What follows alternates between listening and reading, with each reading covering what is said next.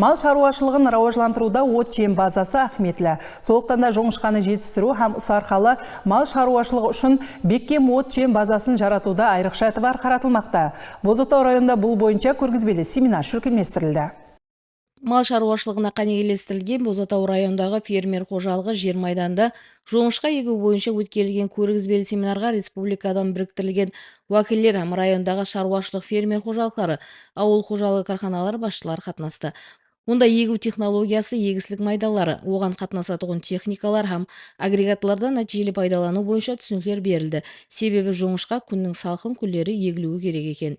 Бозатау районы Құсанатау ауыл құрала жиын аймағына жайласқан Тілеуназар Мақсым жауапкершілігі шектелген жамиетінде диқаншылық пенен шаруашылық пенен шұғылдануға қанегелестірілген. Жоңышқадан 30 гектар жоңышқа егуіміз керек. Басқа да майлы егілер егуіміз керек, қауын қарбыз егуіміз керек, жүгері егуіміз керек шаруаға, дән мәкке егуіміз керек. Сол ережелестік плаллардың бәрін егудің барлық лайжыларын көріп жатырмыз.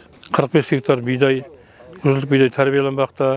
Әзір суарып жатырмыз, төгілдерін шашып жатырмыз. Бидайларымыз жақсы.